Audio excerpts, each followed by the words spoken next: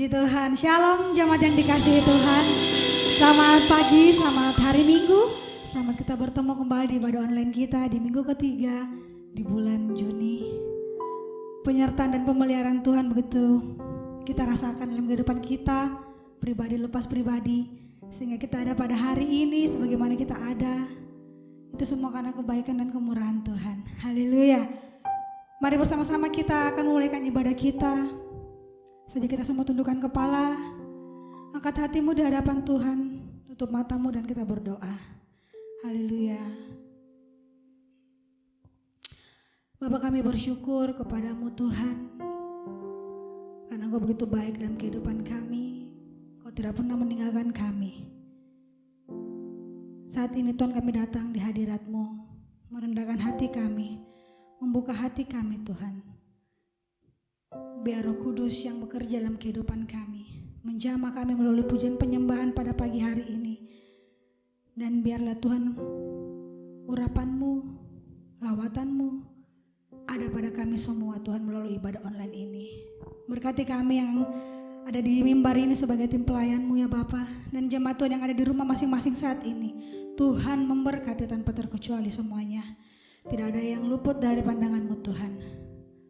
Terima kasih ya Bapa. Kami menyerahkan ibadah kami dari awal pertengahan sampai pada akhirnya. Biarlah kemuliaan urapan Tuhan yang ada bagi kami semua. Terima kasih Bapa, terpujilah nama-Mu. Kami siap untuk memuji memuliakan nama-Mu. Di dalam nama Tuhan Yesus Kristus. Haleluya. Amin. Haleluya. Pagi hari ini kita mau bersorak bagi Tuhan. Mari berikan gerakan yang bebas. Kita mau bebas menari bagi Tuhan, memberikan gerakan yang terbaik bagi Tuhan. Segala puji syukur hanya bagi-Mu Tuhan. Haleluya. Hey, bertepuk tangan bagi Tuhan.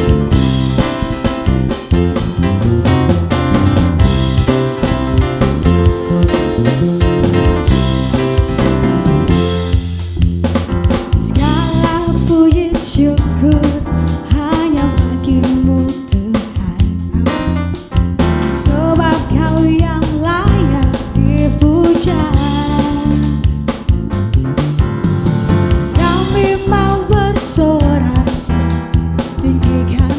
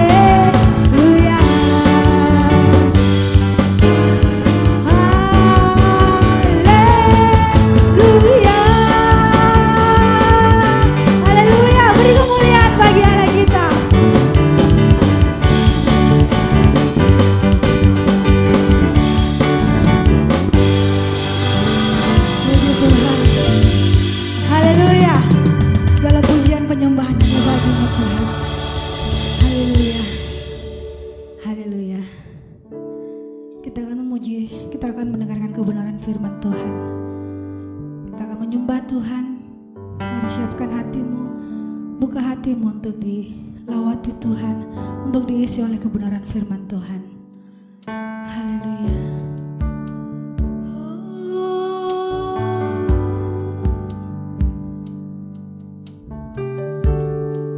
Terima kasih Tuhan.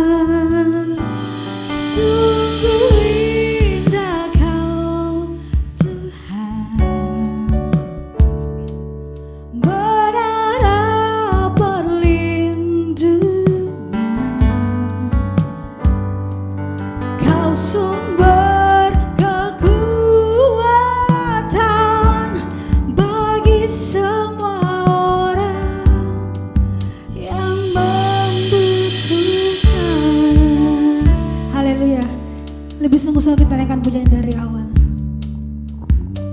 Ku cari wajah-Mu, temukan kasih-Mu. Kau bukan Tuhan yang jauh dariku.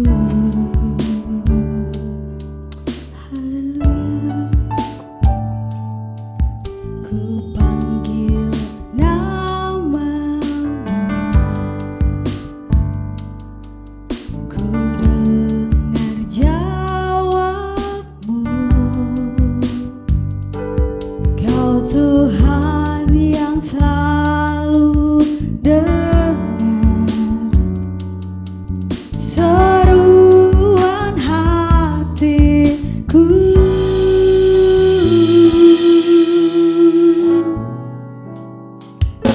Sungguh indah Kau Tuhan,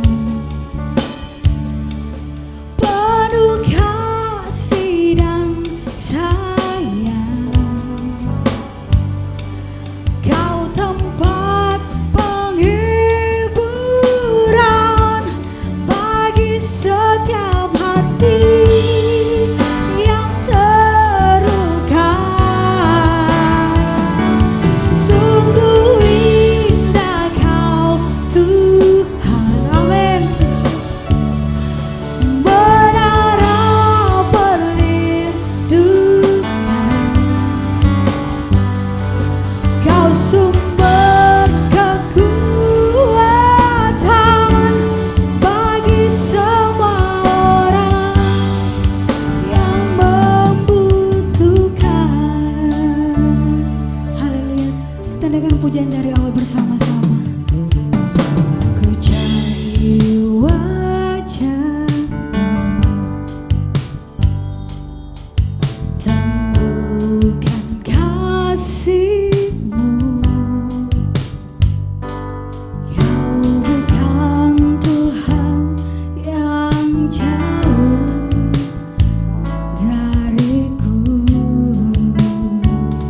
Haleluya.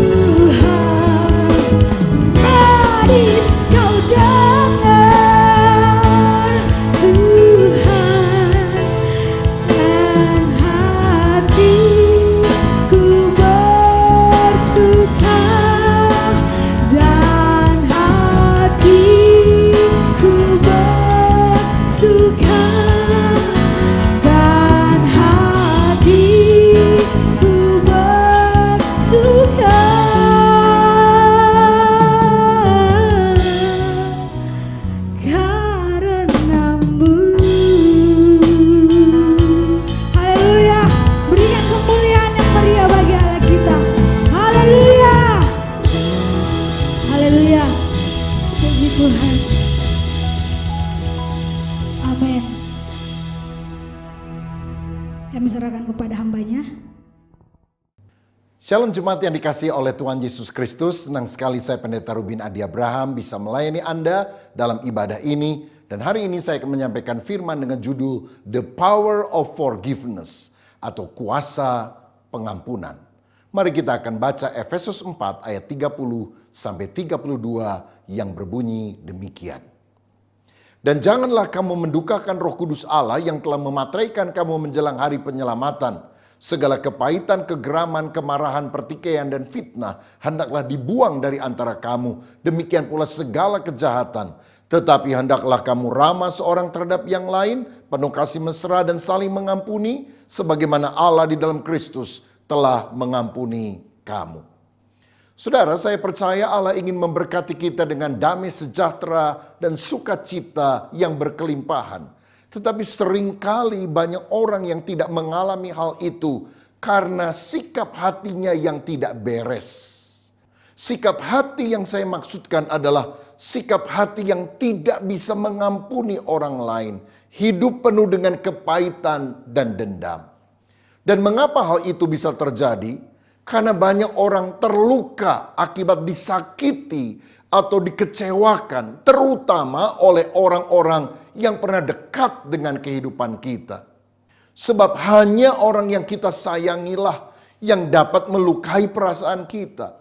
Dan semakin tinggi harapan kita terhadap orang yang kita cintai itu, semakin besar kekecewaan yang bisa kita rasakan. Para pengacara berkata bahwa kasus yang paling sengit di pengadilan adalah kasus perceraian. Sejarah menunjukkan bahwa perang yang paling berlumuran darah adalah perang saudara. Perang antara ayah dan anak, antara adik dan kakak, antara mertua dan menantu, antara seseorang melawan saudaranya yang lain. Di dalam Amsal 18 ayat 19 Alkitab berkata, saudara yang dihianati lebih sulit dihampiri daripada kota yang kuat. Dan pertengkaran adalah seperti palang gapura sebuah puri. Orang yang terluka itu akan membangun tembok atau benteng untuk menjaga dirinya supaya di kemudian hari dia tidak disakiti lagi oleh orang lain. Sayangnya tembok dan pagar yang tebal yang dia dirikan itu seakan menjadi penjara yang memenjarakan hidupnya sehingga dia tidak bisa bersosialisasi dengan baik dengan orang lain. Ada pepatah yang mengatakan sekali seekor anjing terluka karena siraman air panas, maka dia akan takut bahkan yang ketika disiramkan kepadanya adalah air dingin. Nah, berapa banyak orang yang pada masa kini takut kepada air yang dingin yang menyegarkan itu karena mereka sebetulnya sudah pernah terluka dan tidak bisa memaafkan orang lain. Ini adalah jebakan iblis yang sangat berbahaya. Menggerogoti iman, kerohanian, membuang sukacita kita, dan menyebabkan kita tidak bisa bertumbuh secara rohani. Jalan keluarnya adalah apa yang Alkitab tadi katakan. Segala kepahitan, kegeraman, fitnah harus dibuang dari antara kita. Tapi mari kita ramah satu dengan yang lain. Mengasihi dan saling mengampuni. Sama seperti Kristus telah mengampuni kita. Bukankah kita orang berdosa, tetapi Tuhan rela mengampuni kita bukan karena kita baik, tapi karena itu adalah keputusannya. Dan kalau kita adalah anak-anak Bapa Sorgawi, kita juga harus memiliki karakter seperti Bapa, yaitu penuh kasih dan pengampunan. Sekarang saya ingin ajak saudara melihat lebih jauh, mengapa pengampunan itu penting. Ada 4 hal yang saya mau bagikan kepada saudara. Yang pertama, pengampunan itu penting karena pengampunan membuat dosa kita diampuni. Di dalam Matius pasal yang ke-6, Yesus mengajar doa Bapa kami. Dan di ayat 12 dia berkata, dan ampunilah kami akan kesalahan kami seperti kami juga mengampuni orang yang bersalah kepada kami. Ayat 14 dan 15 berkata, karena jikalau kamu mengampuni kesalahan orang, Bapamu yang di sorga akan mengampuni kamu juga. Tetapi jikalau kamu tidak mengampuni orang, Bapamu juga tidak akan mengampuni kesalahanmu. Jadi penting sekali untuk kita mengampuni orang lain. Sebab kalau kita tidak mau mengampuni, itu menunjukkan bahwa kasih Allah tidak ada di dalam diri kita. Sehingga kita tidak bisa menyalurkan kasih itu kepada orang lain. Dan orang yang terpisah dari kasih Allah, dia tidak akan memiliki kehidupan kekal. Dia akan berada di dalam penghukuman. Nah, di dalam Matius 18 ayat 21 sampai 25 khususnya, Tuhan Yesus pernah memberikan sebuah perumpamaan tentang pengampunan. Ada seorang yang berhutang 10.000 talenta kepada seorang raja. Dan dia tidak bisa membayar. Tetapi karena kemurahan dari hati raja itu, maka hutangnya itu diampuni, dianggap lunas. Tahukah saudara, 1 talenta itu adalah mata uang yang sangat besar nilainya. Setara dengan 6.000 dinar. Nah, pada waktu itu 1 dinar adalah upah orang bekerja selama 1 hari. Kalau 1 tahun, katakanlah sama hari libur dan sebagainya, ada 300 hari kerja, berarti upahnya 300 dinar. Orang ini berhutang 10.000 talenta dikali 6.000 dinar sama dengan 60 juta dinar. Bayangkan utangnya 60 juta dinar, padahal upah orang kerja setahun hanya 300 dinar. Berarti dia kalau harus kerja rodi tanpa upah untuk melunasi hutangnya kepada raja, dia harus bekerja 60 juta dibagi 300 dinar sama dengan 200.000. 200.000 apa? 200.000 tahun. Ini menunjukkan mustahil hutang kita kepada raja itu bisa terbayar. Karena mana ada orang yang umurnya 200.000 tahun.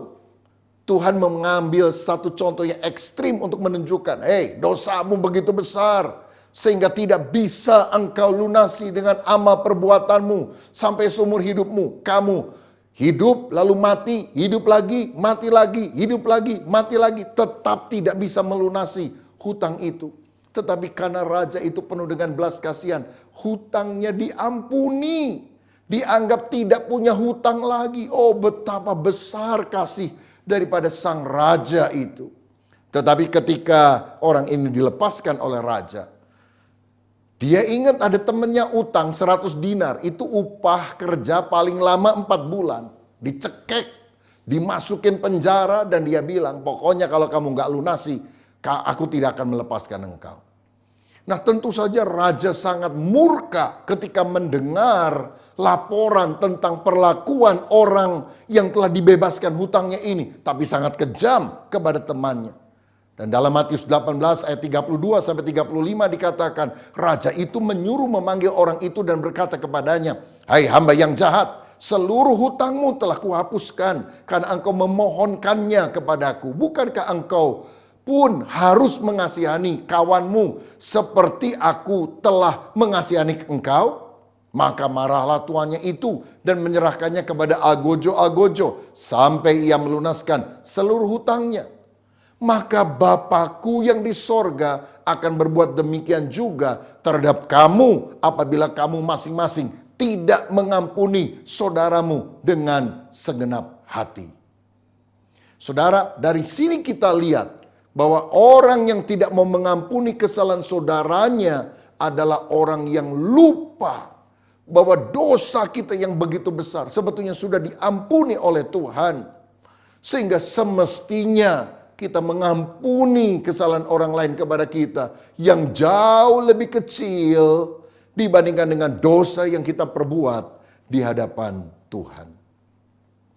Lagi pula sikap tidak mau mengampuni itu akan menyebabkan kerugian. Ada berbagai penyakit bisa timbul. Orang yang menyimpan kepahitan bisa sakit jantung, darah tinggi bisa kumat, dia bisa mengalami radang sendi, sakit kanker, bahkan gangguan jiwa. Dan terutama dosa tidak mau mengampuni akan mendatangkan hukuman Allah di dalam kehidupan kita. Saudara sekalian, saya ingat ada seorang jemaat yang saya gembalakan yang sudah cukup umur. Dia pernah bercerita bahwa Dia mengalami sakit pada pergelangan dan juga telapak kakinya. Sudah berkali-kali diobati dengan macam-macam cara, tusuk jarum, tidak juga sembuh. Puluhan tahun dia mengalami penyakit ini. Tapi satu kali ketika dia mengikuti perjamuan kudus di gereja dan saya menyampaikan firman Tuhan, hari itu perihal pengampunan, tiba-tiba dia sadar apakah ini ada kaitannya dengan kebencian saya, kekesalan saya kepada keponakan suaminya yang hanya bikin repot. Kalau datang itu pasti pinjam duit, bikin susah. Dan saudara, dia kemudian berkata, Tuhan ampuni saya, ajar saya bisa menerima dia, mengampuni dia. Lalu kemudian setelah dia melepaskan pengampunan, dia makan roti dan minum anggur perjamuan kudus. Dan ketika dia pulang ke rumahnya, 1 hari kemudian dia baru sadar, kakinya kok nggak sakit. Dan sekarang setelah bertahun-tahun dia tidak pernah mengalami sakit itu lagi. Saudara, dari sini kita melihat, kalau kita sungguh berdoa, minta pengampunan Tuhan dan kemudian melepaskan pengampunan kepada orang lain, mujizat kesembuhan pun bisa terjadi dan saudara pun bisa mengalaminya. Karena hati yang bersih akan menyebabkan kesehatan kita bertambah prima. Tapi mungkin saudara bilang, enak aja ngampuni orang itu. Dia kan salah. Nah saudara begini, kalau orang lain salah, kita memang harus mengampuni. Kalau orang lain tidak salah, ya jangan diampuni. Wong dia nggak salah kok sama kita. Nah jadi, mari kita belajar mengampuni orang yang bersalah kepada kita. Memang mengampuni itu berat. Tetapi tidak mau mengampuni itu justru lebih berat. Dan kalau saudara tidak mau mengampuni orang lain, maka engkau juga bersalah, engkau berdosa.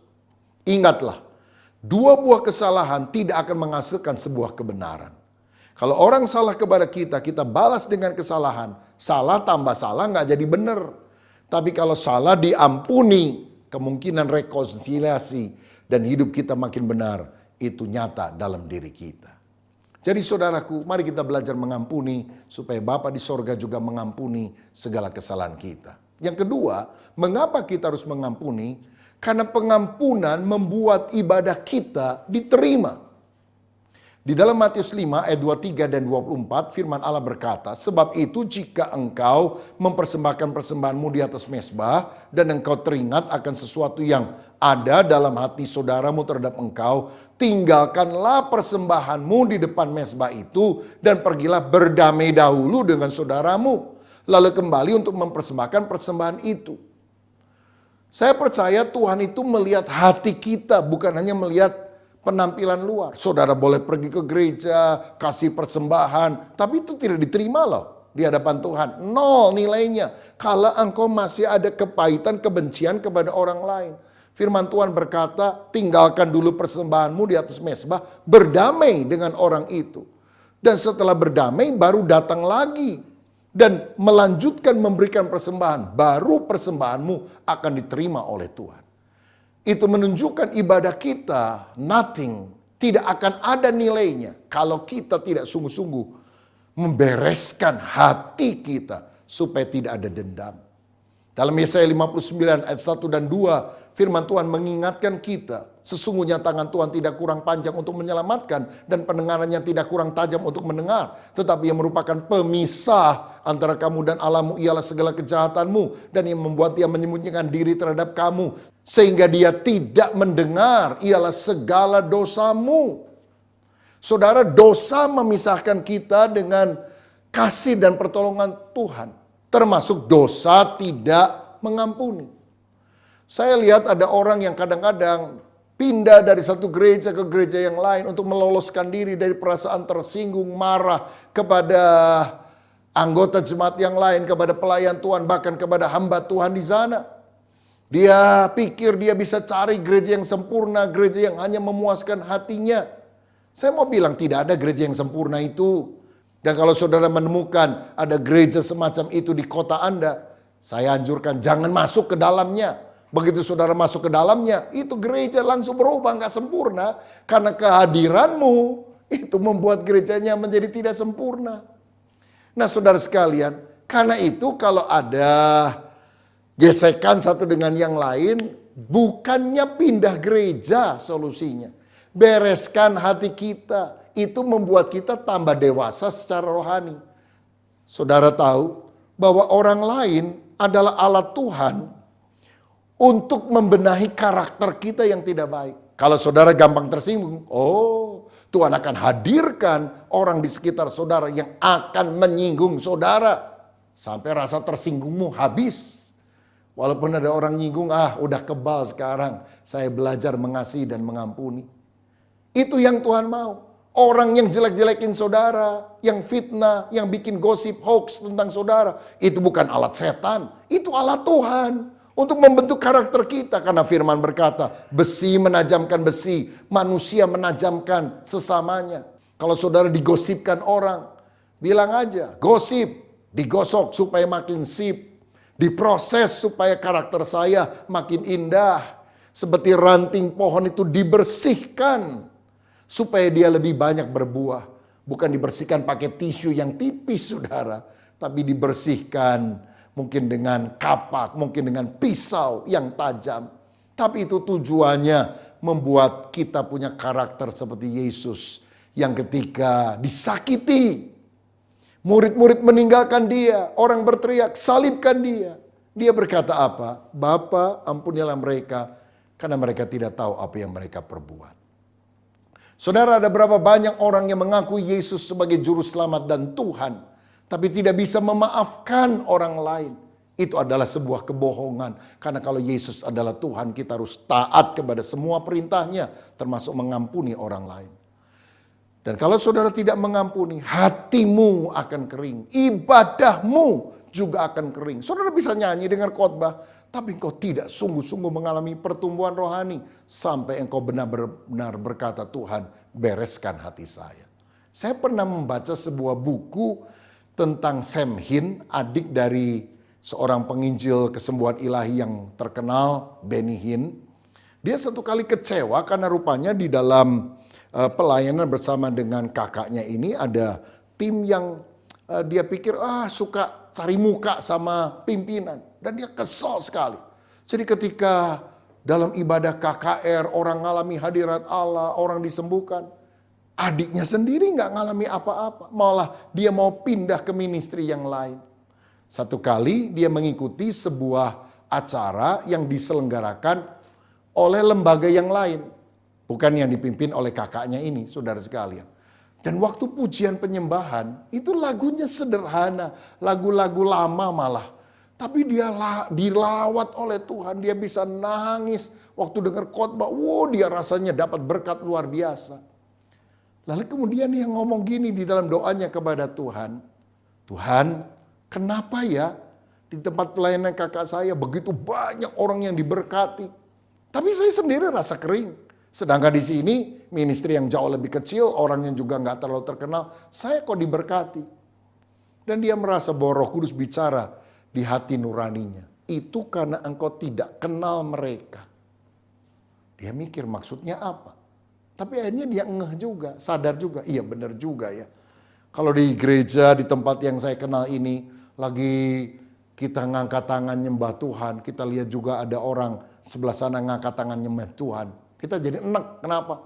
Ngangkat tangan aja lu. Utang kagak dibayar. Bayar dulu utang kamu. Kita bukannya terberkati malah jengkel lihat orang itu.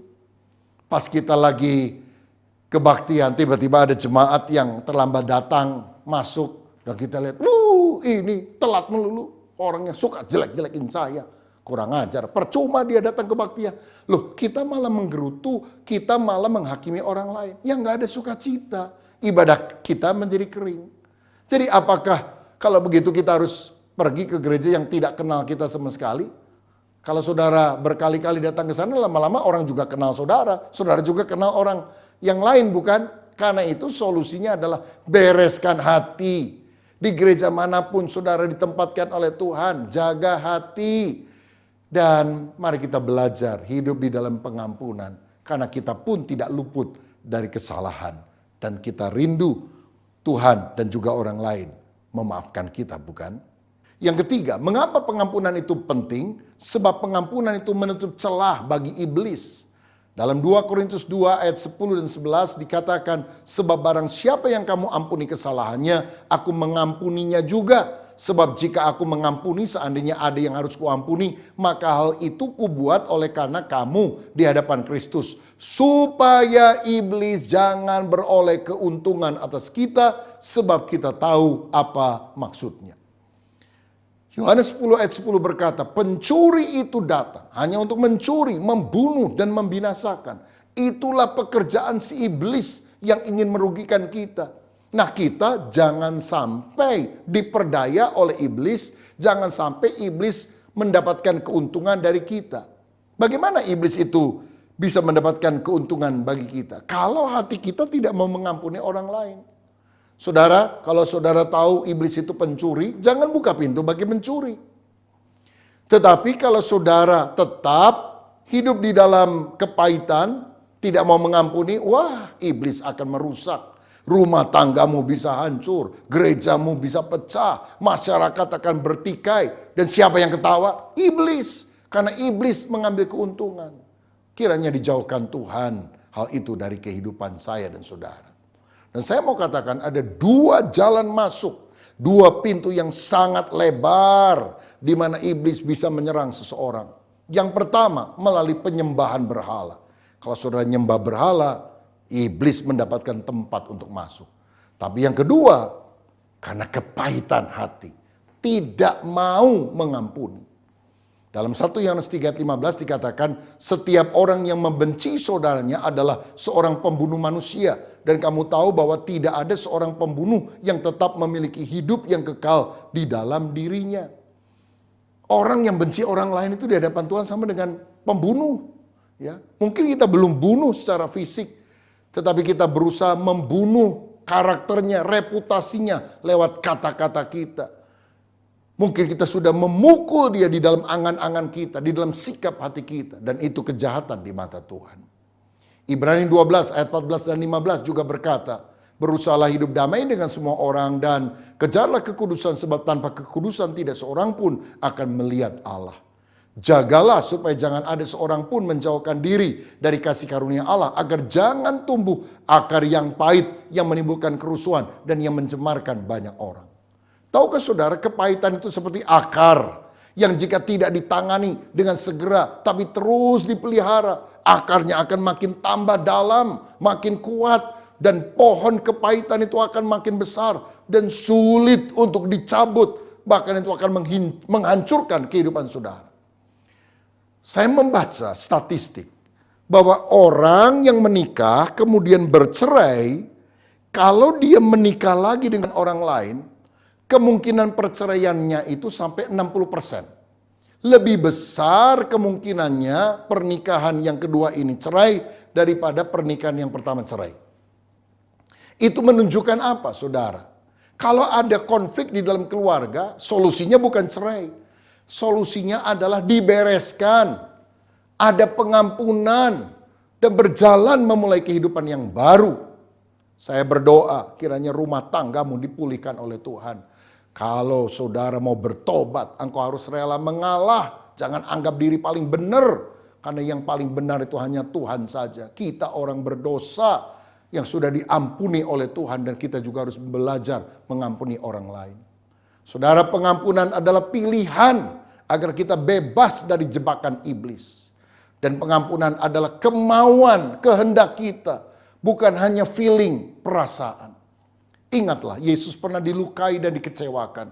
Bahkan Yudas itu menjual dengan 30 keping perak. Petrus menyangkal sampai 3 kali. Murid-muridnya lari meninggalkan dia. Tapi dia tetap memilih untuk mengampuni. Adakah orang yang melukai saudara? Tetaplah memilih untuk mengampuni dia. Supaya iblis tidak mengambil keuntungan dari hidup kita. Puji Tuhan. Yang keempat, mengapa pengampunan itu penting? Karena pengampunan membuat doa kita berkuasa. Dalam Markus 11 ayat 24-25 dikatakan, karena itu aku berkata kepadamu, apa saja yang kamu minta dan doakan, percayalah bahwa kamu telah menerimanya, maka hal itu akan diberikan kepadamu. Dan jika kamu berdiri untuk berdoa, ampunilah dahulu sekiranya ada barang sesuatu dalam hatimu terhadap seseorang, supaya juga Bapamu yang di sorga mengampuni kesalahan-kesalahanmu. Saudara, percekcokan itu akan menghambat doa. Dalam 1 Petrus 3 ayat 7 firman berkata, demikian juga kamu hai suami-suami, hiduplah bijaksana dengan istrimu sebagai kaum yang lebih lemah. Hormatilah mereka sebagai teman pewaris dari kasih karunia, yaitu kehidupan, supaya doamu jangan terhalang. Saya yakin doa orang yang benar bila dengan yakin didoakan sangat besar kuasanya. Tapi ada penghalang doa loh saudara. Kalau ada masalah, ribut, konflik, jengkel antara suami dan istri. Keributan, pertikaian antara suami dan istri atau antara kita dengan orang lain. Itu menghambat kuasa Allah, menghambat berkat Allah, menghambat jawaban doa. Karena itu bereskan relasi suami istri. Bereskan relasi dengan orang lain. Karena kesatuan hati itulah yang mendatangkan berkat dan kehidupan. Sungguh alangkah baik dan indahnya bila saudara duduk bersama dengan rukun. Karena kesanalah Tuhan akan memberitakan berkat dan kehidupan sampai selama-lamanya. Mazmur 133. Karenanya mari kita belajar membina persahabatan lebih daripada keinginan untuk mengalahkan musuh. Biar kita punya moto begini, 1000 teman terlalu sedikit, 1 musuh terlalu banyak. Karena 1 musuh bisa buat kita makan tidak enak, tidur tidak nyenyak. Lagi makan tidak bisa tidur, lagi tidur tidak bisa makan, saudara. Ya memang benar ya. Jadi rugi sekali kalau kita punya musuh. Lebih baik kita punya begitu banyak sahabat.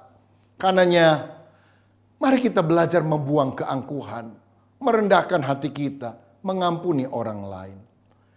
Apakah setelah mengampuni orang lain saya bisa melupakan kesalahannya? Saya mau katakan, apa yang kita alami sebetulnya akan selalu kita ingat di dalam memori kita. Kita bisa ingat, tapi tidak boleh mengingat-ingat. Nah ini beda saudara. Bisa ingat tapi jangan mengingat-ingat. Orang yang tidak mengingat-ingat, kalaupun 1 kali tiba-tiba dia teringat hal itu, sudah tidak ada luka. Karena apa? Dia sudah mengampuni. Oh ya, itu terjadi masa lalu, tapi sudah beres kok. Dan kalau saudara sudah membereskan hatimu dan engkau berdoa, Tuhan ampunilah saya. Tuhan akan mengampuni dosa saudara. Tuhan berkatilah hidup saya. Berkat Tuhan akan dilimpahkan. Tuhan pulihkanlah keluarga saya. Pulihkanlah pekerjaan saya. Pulihkanlah saya. Tuhan akan mengampuni. Tuhan akan memulihkan. Dan kalau engkau sakit, Tuhan sembuhkanlah saya. Dia adalah Yehova Rafa yang bisa menyembuhkan saudara. Karena dia adalah Tuhan yang mau mendengar doa kita. Karena itu mari kita bereskan hati supaya kita bisa melepaskan pengampunan kepada orang lain. Dan saya mau katakan kalau engkau mengampuni orang lain, yang paling berbahagia bukan orang lain, tapi yang paling bahagia adalah dirimu sendiri. Karena pengampunan adalah hadiah yang terbaik yang saudara bisa berikan bukan kepada orang lain, tapi kepada dirimu sendiri. Saudaraku, mari kita belajar mengampuni. Tuhan Yesus memberkati, izinkan saya berdoa untuk saudara. Bapa Surgawi, kami yang telah menerima firman-Mu hari ini, bersihkan hati kami, supaya kami benar-benar bisa mengampuni, memaafkan orang-orang yang bersalah kepada kami. Sama seperti Tuhan telah mengampuni dosa kami, kami juga mau memaafkan dan mengampuni orang lain. Supaya iblis tidak mengambil keuntungan, supaya doa kami berkuasa, supaya hidup kami berkenan kepada Tuhan. Berkati umat-Mu yang telah menerima firman-Mu ini, di dalam nama Tuhan Yesus Kristus. Haleluya. Amin. Tuhan Yesus memberkati saudara. Jemaat yang dikasihi oleh Tuhan Yesus Kristus, mari kita bangkit berdiri, kita akan akhiri ibadah online kita pada pagi yang indah ini, dan kita terima berkat. Mari angkat kedua tanganmu, tengadahkan tanganmu di hadapan Tuhan, dan terimalah berkat Tuhan. Anugerah berkat kasih sayang daripada Bapa di sorga, Cinta kasih Tuhan Yesus Kristus, pernyataan daripada Roh Kudus turun tinggal menyertai engkau senantiasa, hari ini seterusnya sampai selama-lamanya. Diberkatilah engkau di kota, diberkatilah engkau di ladang, diberkatilah hasil usaha dan pekerjaanmu, diberkatilah rumah tanggamu, diberkatilah apa yang kau makan, minum dan dipakai, diberkatilah apa yang kau rancangkan, dibuatnya berhasil. Biarlah segala berkat-berkat kekayaan kerajaan sorga berlimpah-limpah, berkat warisan Bapa Abraham, Ishak dan Yakub, berkat-berkat yang di utara, selatan, timur dan barat masuk ke dalam kehidupanmu. Terjadi hari ini seterusnya sampai Maranatha, Tuhan Yesus Kristus datang pada kali kedua menjemput saleh-salehnya masuk sorga yang mulia. Haleluya. Semua yang percaya bersama saya katakan amin. Haleluya. Mari kita beri tepuk tangan bagi Tuhan Yesus Kristus. Ibadah kita selesai. Tuhan memberkati jemaat sekalian. Sampai jumpa. Ibadah online minggu akan datang. Amin.